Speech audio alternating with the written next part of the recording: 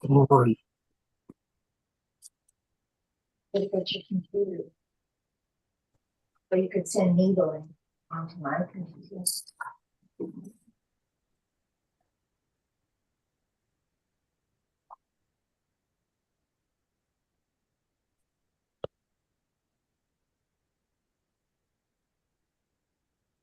Hi there, everybody.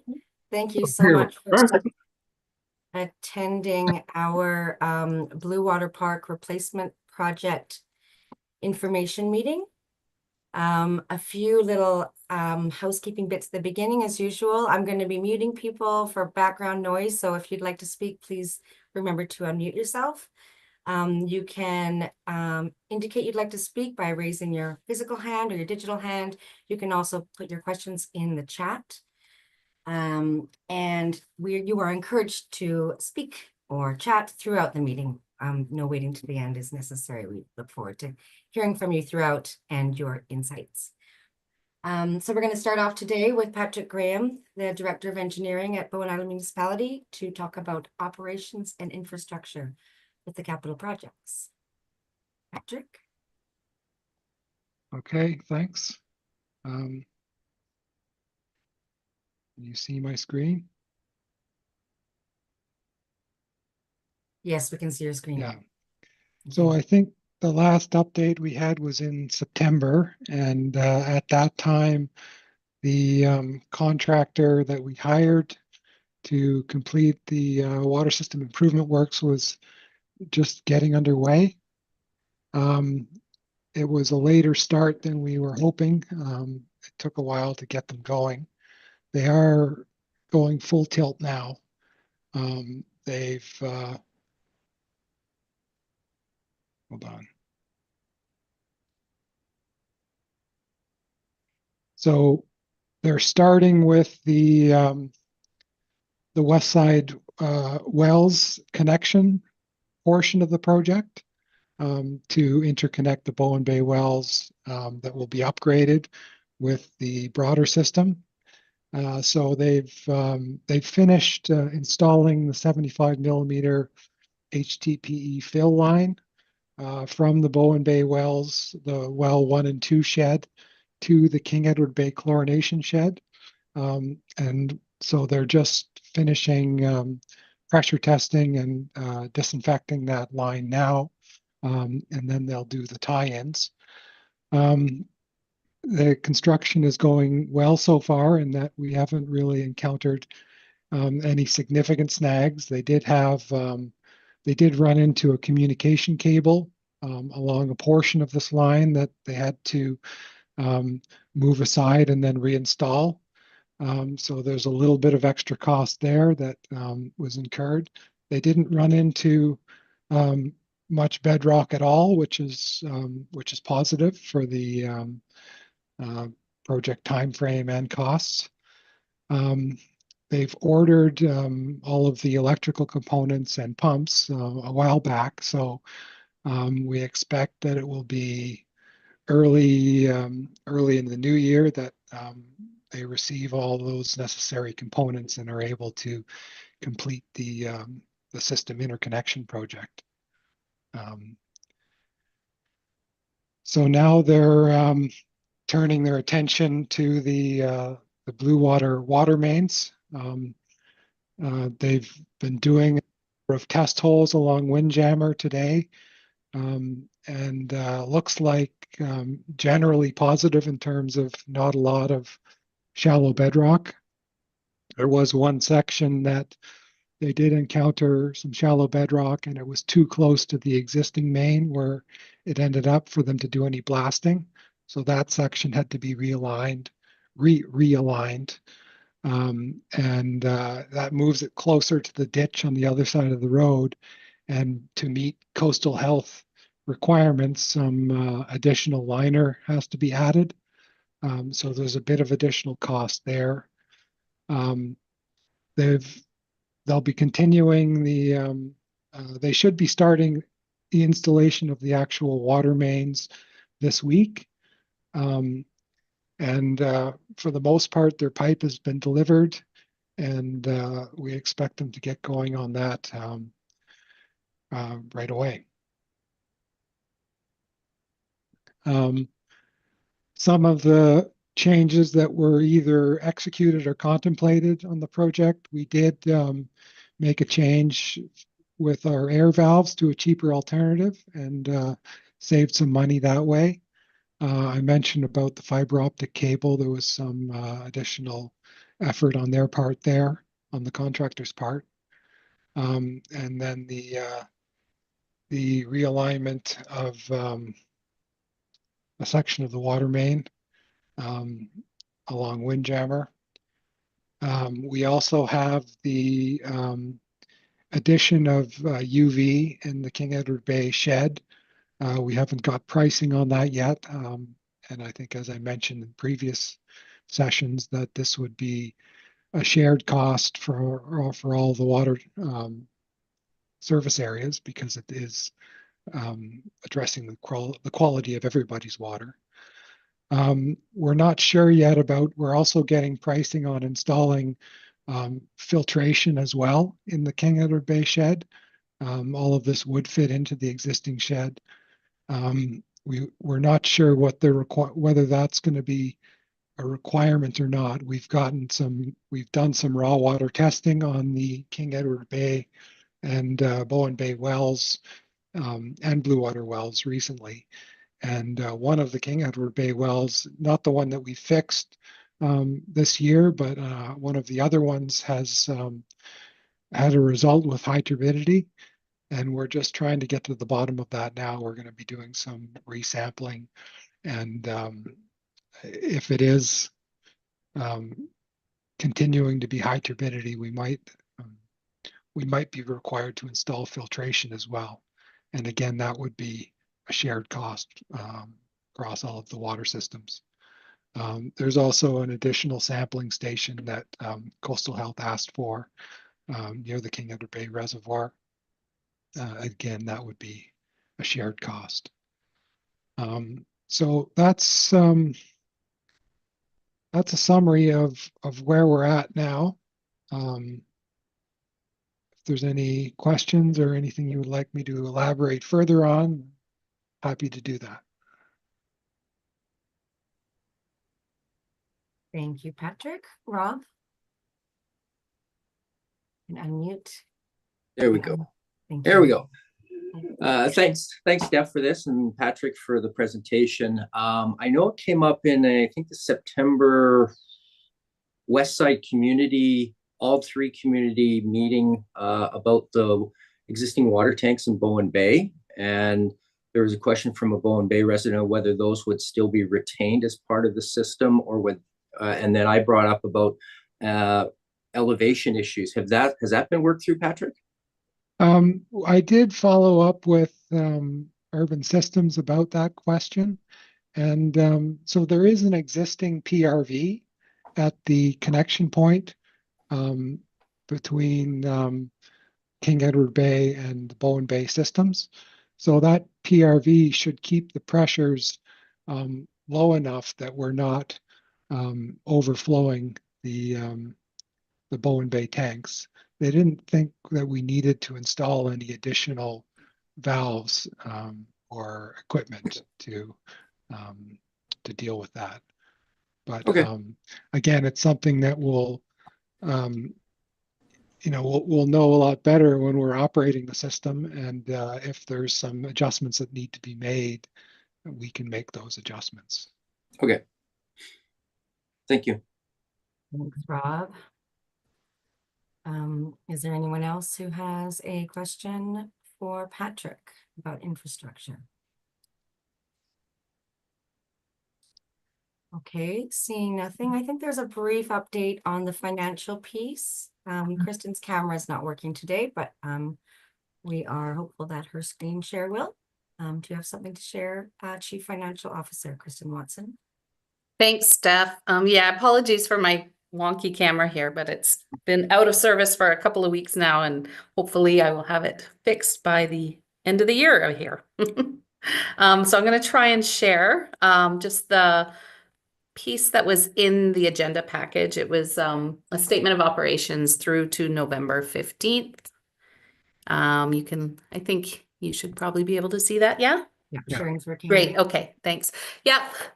So with capital projects, we're always running a month behind on expenditures, and the project hadn't gotten, the big trucks weren't rumbling through your neighborhood until quite recently. So those invoices we will expect to start seeing going forward from here on in. But as of this date on November 15th, we hadn't yet seen any significant expenditures on the capital projects. But as I said, we will see those going forward now.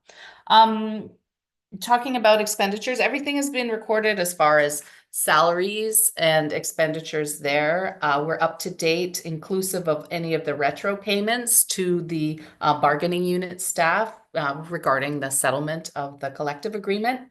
There's one more billing that is remaining to be included in the 2024 fiscal year. So once that bill gets sent out, that will bring the revenue up in line with budget.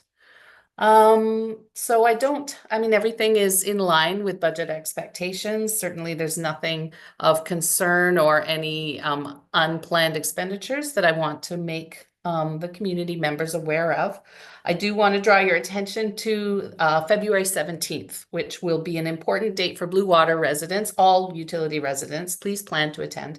That will be a council committee of the whole meeting. It's scheduled for February 17th, and we will be going over all of the go forward budgets and rate setting for all of the utilities on that date. So mark that in your calendars, please.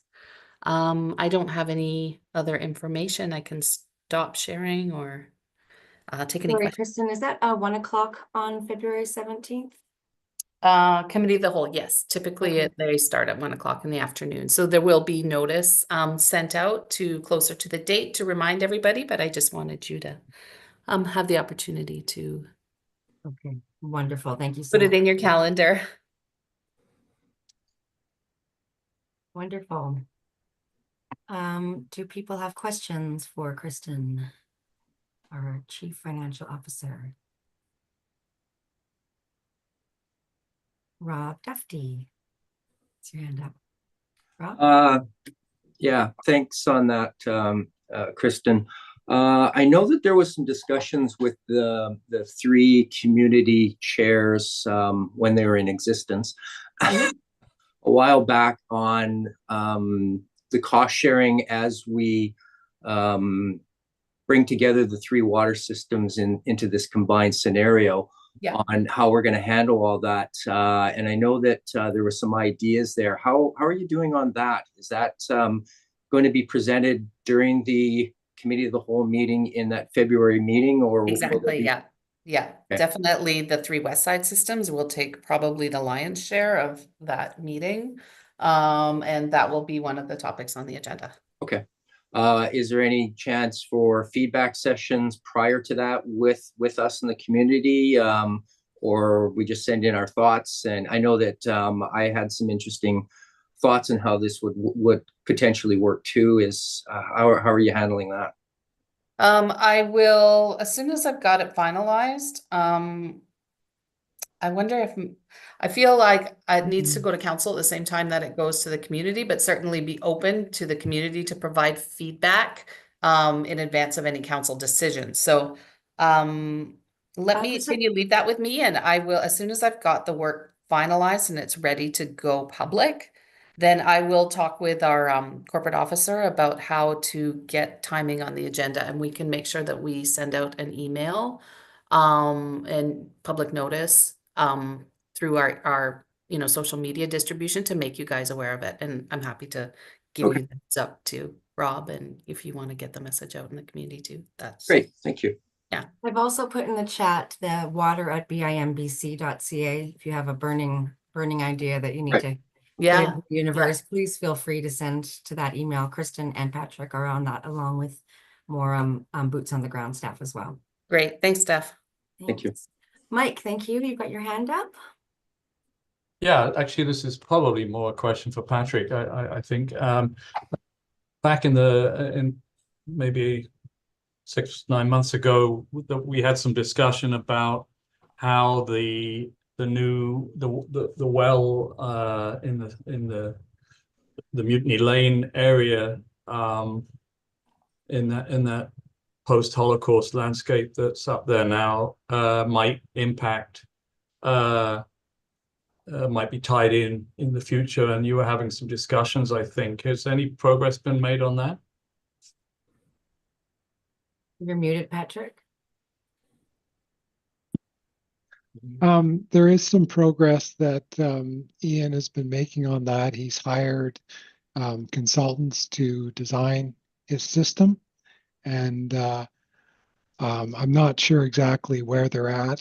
He's got a water treatment design that's underway, and then he also has to complete the design for the pipes and the tie-ins and all of that infrastructure. So he is working on it. I think it's one of the first things that he'll be constructing. And we should see, well, generally less water required. It would be tying into the blue water system on Windjammer at Mutiny Lane. And we would see probably as a result less water required from the King Edward Bay tank being supplied to blue water. I don't have a lot of information about where he's at with the design work, just that it's underway. I think I Thank you. saw him in here. Ian, are you in the meeting? Maybe he's dropped off the call. Okay. Can I ask a follow-on question to that piece? I'm relatively new to the area, so I'm missing a lot of the history of this, but I do live behind that property. Is the intent there that it will be tied in, and then no matter what, and then potentially that could increase or not increase capacity? Is it kind of one of those things that will be determined once it's in operation, or could it be that it doesn't get tied in at all? No, it will be tied in. That is the plan. Okay. So it's providing water to his development as well as to the overall blue water system, as the production's beyond what his development will need. Okay. Okay, thank you.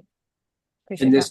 this meshes back to even our discussions in 2021 during the MOU process, Patrick, where any development on the west side, because that land area does fall within the Blue Water LSA. So during those discussions, the expectation of any development in the west side would have to complement the west side water systems by tying into it, providing supplemental water above what the development would require. And I'm presuming that that's what's going through with the subdivision and development permit process that's the planning department's handling right now, Patrick? Yes, yeah. Water supply is one of the key criteria.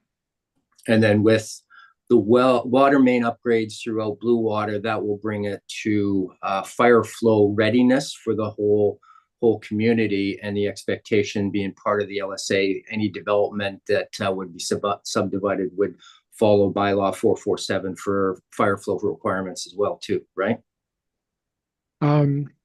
Yeah, yes, fire flow requirements are part of what's required of the developer as well. Yeah. Yeah.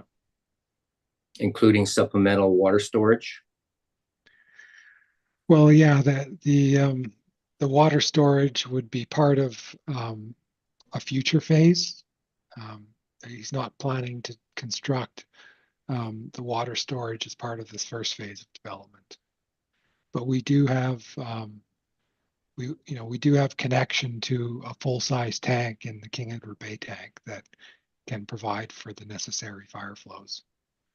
So the second tank isn't a prerequisite for it isn't. Yeah, the second tank will improve fire flows for the system once it's built, but we will have better fire flows as a result of this project, the current project. but when you calculate all the, because currently both Blue Water and Bowen Bay are undersized in their storage capacity with a reliance on the tank that's in King Edward Bay and any development. So all that numbers tied together would increase the volume of storage required to meet the fire flow requirements. And any development would have to, of course, bring any additional storage into that calculation. And then I guess the supplemental requirement would be something that the planning department would negotiate as part of the development. Yeah, it's the details of the storage that will be provided haven't been sorted out yet, other than a general location and some discussions around sizing that would be required. And then I'm hoping that the planning department, as they get ready to approve any development and subdivision, would at least have requirements and either letters of credit or bonding in place to ensure that developers follow through with their commitments for anything that's future installed. I'm not sure what those requirements are for security or bonding. But I mean, it would be tied. They're only getting approval for phase 1 subdivision at this point. And so it would be tied to their approval of future phases, be the additional infrastructure required. I have a question from Macaulay. Rob, do you mind if we get that person? Thank you. Hi there. Hi, it's Neil McCauley, 782 Windjammer. Just wondering, I'm on the Bowen Bay system now being integrated to Blue Water.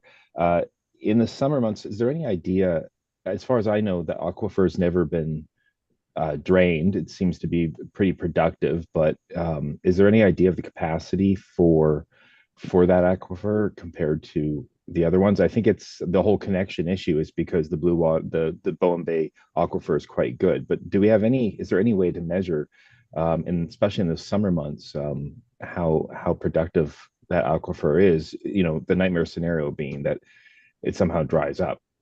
Yeah. Well, we did have a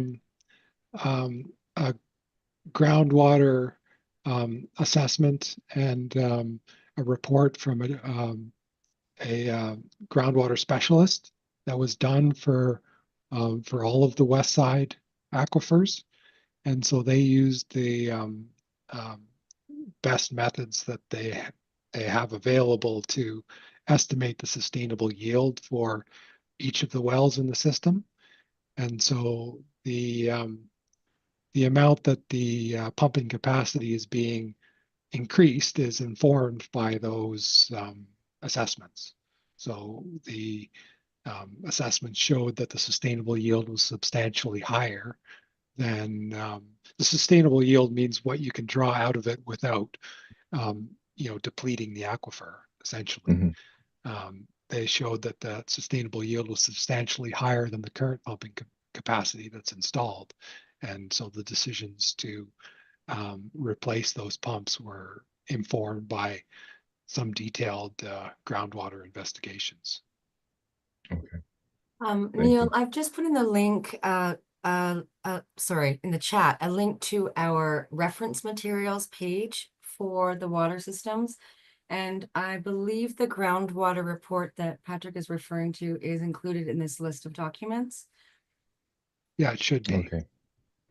Okay, thank you. And just one other question. In terms of the road paving, are you planning to pave Windjammer once this work is done?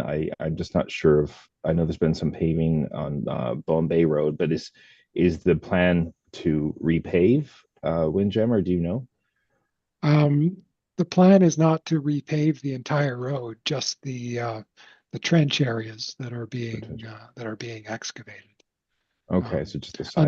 Unless you get into a situation where, in the course of doing the work, the road is just, degraded to the point where the whole thing has to be repaved, and then that's something we would look at. Okay, and do you have a contact for that? For the paving? Yeah, Uh, just somebody to talk to. Um, I would probably direct you to the project manager with NB contracting, because they're they're subcontracting the paving, whether I'm Okay. not sure if it's with BA or Monarch or who exactly they're using, but that's part of their responsibility in completing the work. So I can Okay. um, I don't know the best way. I don't have that I don't have information it at my either. fingertips Yeah, here. But I can follow up with Public Works anyway on that. if you send So Public yeah. Works an email, we can pass along. His name's Aaron Hamilton. He's the project manager for NB. Okay, thank you. Yeah, I just put Teresa's email in the chat and I'll guide you. Perfect. Thanks. Thank you for those questions, Neil. Someone named Ian just joined the meeting. Did we want to put him on the spot if it is our Ian Stewart? Is that you, Ian? Yes, it is. Yeah. There was a question earlier regarding your water. Patrick, do you want to?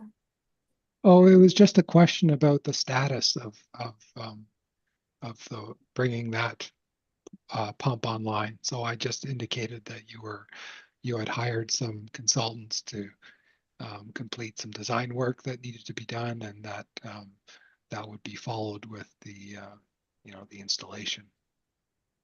Yeah. I'm going to use Creus. I haven't actually told him yet. I'm going to meet with him today at 3. But anyway, I'm going to work with Creus on the water side. And we and I've been in conversation with NB, the same guys are doing the water main for Blue Water, to do our water main also, which would happen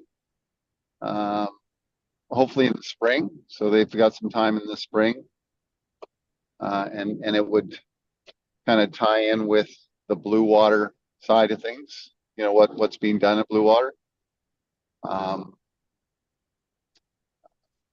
Yeah, I had a meeting with them yesterday about it, and they confirmed that they would help me out with it. So we're in the process right now of putting in the.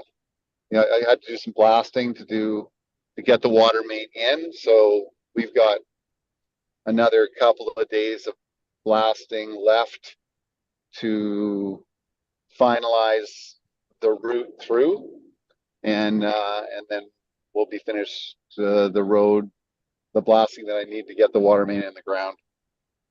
So that's kind of where we're at. Or any other? Did I answer your question? It's great information, Ian. Thank you.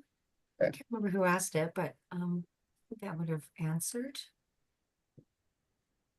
I can't, Patrick, when speaking with NB yesterday, they mentioned that there is no allowance in their design for a T connection at Schooner. Is that something that you want me just to bring up with them, or get Kevin to spec it, or? Yeah, that's something, or I guess that's one aspect of the design that should be confirmed as soon as possible, so Yeah, that we okay. can make sure that's integrated into NB's work. Okay. that Yeah, they're doing. Kevin didn't think it would take long to do the design for the water main. Yeah. He said a couple of weeks. So, if that's the case, then we're going to start prepping the route down for NB to do the installation. But they weren't aware that he was going to go in, so Yeah, need to that's a add it. change. Need to add it to their scope. Yeah, and we can do that as soon as we have the design for the tie-in, basically. Okay. Yeah. Oh. And the PRV, I think we're going to go ahead and put the PRV station in. Whether the PRV goes in initially is beyond my ability to know, but all of the PRV will be allowed for in that install. Because I think it wants to sit right at where the intersection of Windjammer and Schooner are. I'm thinking that's where it'll probably go. But we'll be putting that in on the first stage. Yeah.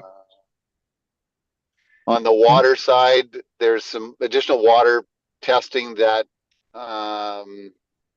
Coastal Health, I think it's Vancouver Coastal Health, something, whoever it is does the water. They want us to do a little bit more testing, so we're just waiting for a generator to come in, and then we'll finalize the filtration side of it. Wonderful. Thank you so much for that update, Ian. That's really helpful. Okay, I think then we if we don't have any more oh, did I see a hand there? Yeah, Rob. Hi. Me again. Hi, Rob. I I'm always the one to ask a lot of questions. Patrick, this is for you. It's going back to a bit more historical. The 4 wells up in Mutiny Lane, the existing well field there. I know that we're relying on one well right now that's the most productive, and there's one that's paused, possibly use as required if need be. But there's the 2 that were deemed almost permanently damaged after the studies from the 2019 water crisis. Have they been looked at ever since, just to see if they have had some recovery on them, or they just been put on the back burner? What are your thoughts on that? Well, we have been using, I believe, 3 wells. I think I saw Garrett here, and he can probably. Yeah, we were just there today. Hi. Yeah, number 3 is the primary well we're running, but number 1 and 2 have shown good signs of recovery over the last few years. So that's been positive. Yeah, excellent. That's good to hear. Yeah, we currently aren't using 4, but definitely 1 and 3 ran longer this year than it ever has in the last 2 years. So when I say running longer, that means pushing it towards the end of summer, running solo on its own. It was keeping up. So that's very good news. Good. Excellent. Glad to hear. Great. Thanks so much, Garrett. It's wonderful. I've got one more thing to add. Okay. Is that Ian? Yeah, it's me. Sorry, I'm driving. I can't put the hands up thing. I have a agreement in principle with David Beckhow from Arbutus Ridge to combine our forces to put in a new water tank, which I will either be going on our property or his property. But we're kind of moving forward on the water tank side of things too. So Great. not sure how that's going to affect the filling portion of it, Patrick, but maybe I'll get Kevin to look into that while he's doing his other design. Yeah. Thanks. Okay, thanks, Ian. So those of you who have the agenda in digital format, the next section is just talking about our ongoing engagement and community outreach. The information pages are linked to that. I did put the reference page in the chat. You guys are obviously all on the water email list. Please encourage your neighbors to join that as well. It's just an easy click at the bottom of the homepage and just fill in your email address and name. And I also put in the chat water@bimbc.ca. Please feel free to comment or questions to that email, and you'll get lots of big water brains on that group email. So you'll get a response for sure. Okay, the next I don't know that the next meeting's been scheduled into next year, but these are quarterly, so we'll let you know when that is scheduled. And I'd like to thank you all for spending your lunch hour with us. I apologize for being late, as I was actually in blue water, working in the field. Your timing was perfect. I know. Yeah, thank you so much. Okay, thanks everybody. And I'm going to end it now. Thank you. Thank Thank you. you. Thank you. Bye. Thank you.